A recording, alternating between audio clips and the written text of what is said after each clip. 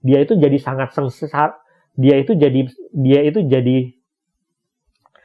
menjadi sangat sengsara.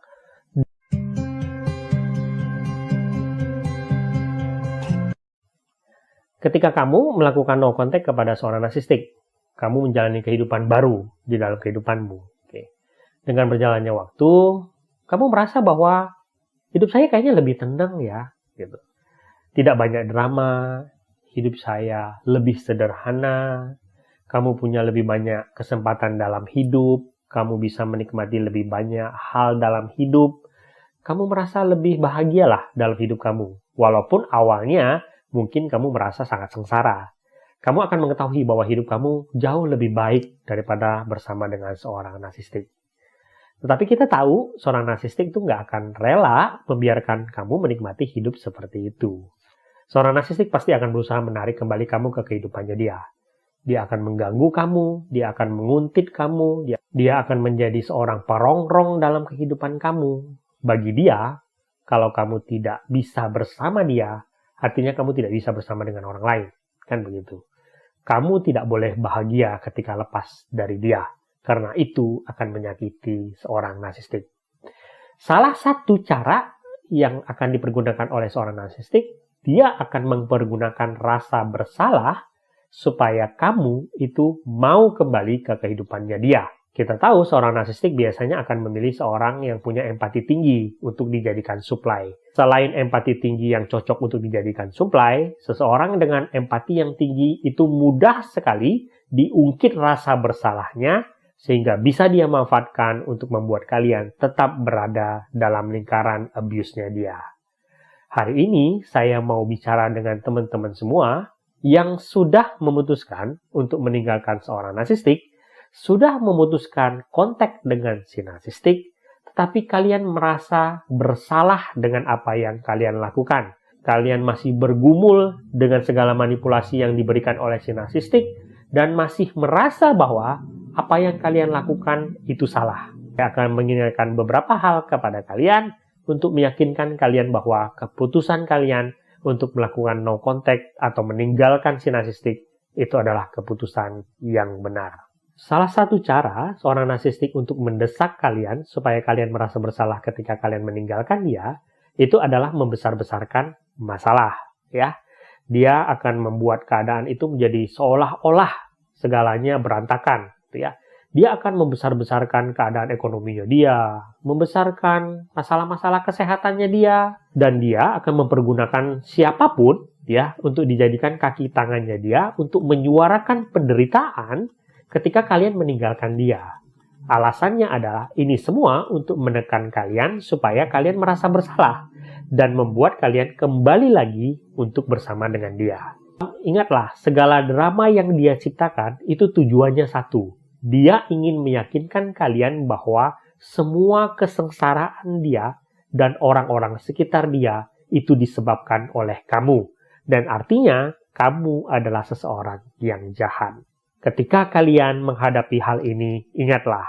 Yang pertama, kalian harus selalu ingat bahwa kalian semua itu manusia dewasa. Dia juga manusia dewasa.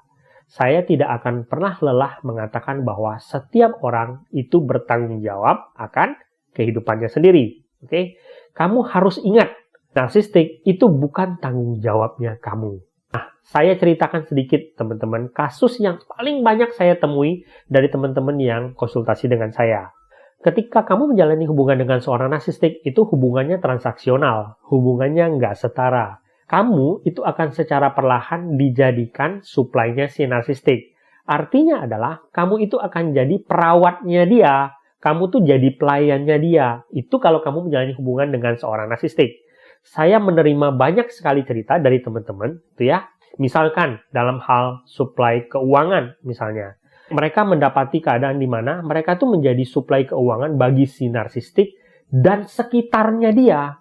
Termasuk keluarganya dia. Gitu ya. Nah, ketika korbannya kemudian memutuskan hubungan dengan si narsistik tuh kemudian akan mempergunakan penderitaan dia dan penderitaan orang-orang sekitarnya itu untuk menekan si korban. Dan korban-korbannya tersebut itu juga akan ikut kompak berteriak untuk menekan si korban. Gitu. Jadi sudah sering saya mendapati kisah di mana ketika mereka sedang menjalani hubungan gitu ya, kerabat-kerabatnya si narsistik itu akan ikut menggerogoti korbannya dalam hal keuangan ya. Dengan alasan dalih apapun, mereka menggerogoti si korban. Entah alasan kesehatan lah, entah alasan pendidikan lah, dan alasan apapun gitu ya, yang seolah-olah menjadikan hidup mereka itu tanggung jawab milik si korban. Dan ketika korbannya memutuskan hubungan, ya, mereka semua ikut berteriak dan ikut berdrama, seolah-olah ketika si korban pergi, mereka menjadi sangat menderita dan menggunakan berbagai macam alasan supaya korbannya itu tetap menjadi suplai keuangannya mereka. Mereka berteriak sangat keras, seolah-olah mereka itu menjadi sangat sengsara karena mereka tidak mendapatkan suplai lagi. Dan itu semua mereka tekankan seolah-olah itu adalah salah milik si korban. Nah, ini seringkali powerful karena seorang impat itu biasanya merasa tidak tega, merasa ingin memperbaiki kehidupan milik orang lain, merasa dia menyebabkan penderitaan bagi orang lain. Sehingga mereka sering kali luluh akan hal ini dan kemudian kembali menjadi suplai milik si narsistik dan kerabat-kerabatnya dia. Nah, penting bagi kalian semua teman-teman ingat ya. Pertama, kalian harus ingat drama-drama yang mereka ciptakan itu tidak selamanya benar. Ketika mereka menggunakan alasan kesehatan lah, pendidikan lah, atau apapun gitu ya, seolah-olah mereka sangat sengsara, kalian harus ingat, itu belum tentu benar. Karena di kebanyakan kasus, itu adalah kebohongan dan manipulasi. Nah, kalaupun itu benar, kalian juga harus ingat bahwa mereka itu adalah manusia-manusia yang harus bertanggung jawab akan kehidupan mereka. Kamu tidak bertanggung jawab akan kehidupan mereka. Selama ini, kamu membantu mereka. Tetapi kalaupun kamu tidak membantu mereka, itu bukan berarti kamu adalah orang yang jahat. Dan sudah selayaknya mereka harus bertanggung jawab akan kehidupan mereka. Jangan termakan akan drama-drama yang mereka buat. Okay? Dan ingatlah, sebelum kamu bertemu mereka, hidup mereka itu juga baik-baik saja. Jadi ketika kamu meninggalkan mereka, seharusnya itu hanya mengembalikan mereka ke kehidupan mereka yang dahulu. Oke? Itu yang pertama.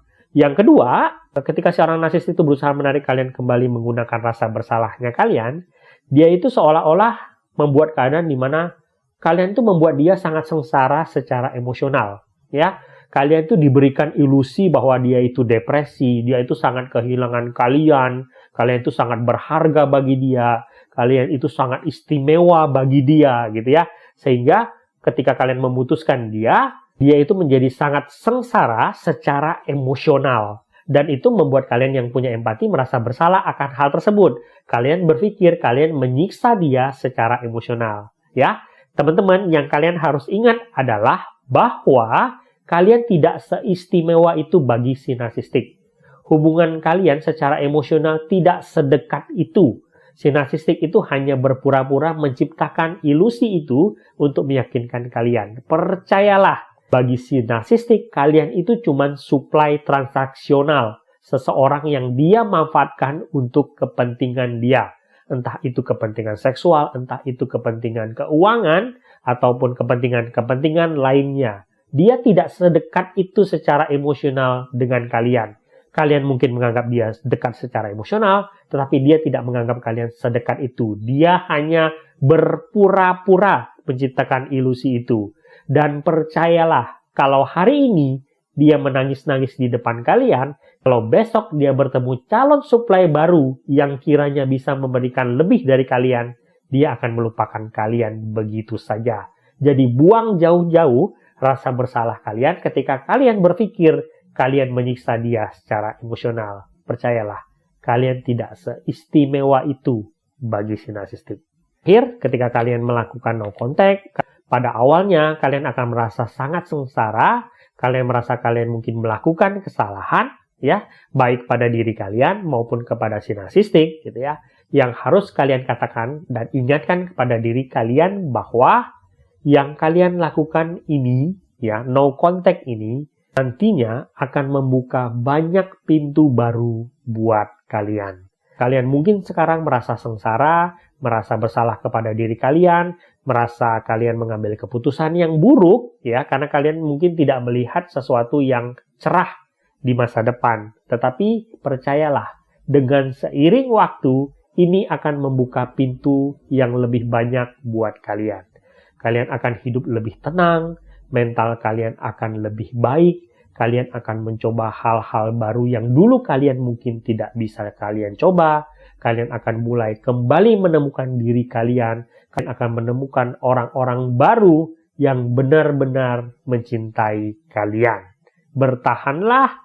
Katakan kepada diri kalian bahwa aku berhutang kepadamu karena selama ini aku membiarkan diri kamu terlantar. Tetapi sekarang aku bertekad, aku akan memberikan kepada diriku kesempatan untuk kembali merasakan kebahagiaan. Bertahanlah dengan kesengsaraan yang kalian rasakan saat ini ketika kalian baru melakukan no contact. Tetapi percayalah, ini akan terbayar pada waktunya. Semoga video ini berguna. Sampai jumpa di video berikutnya.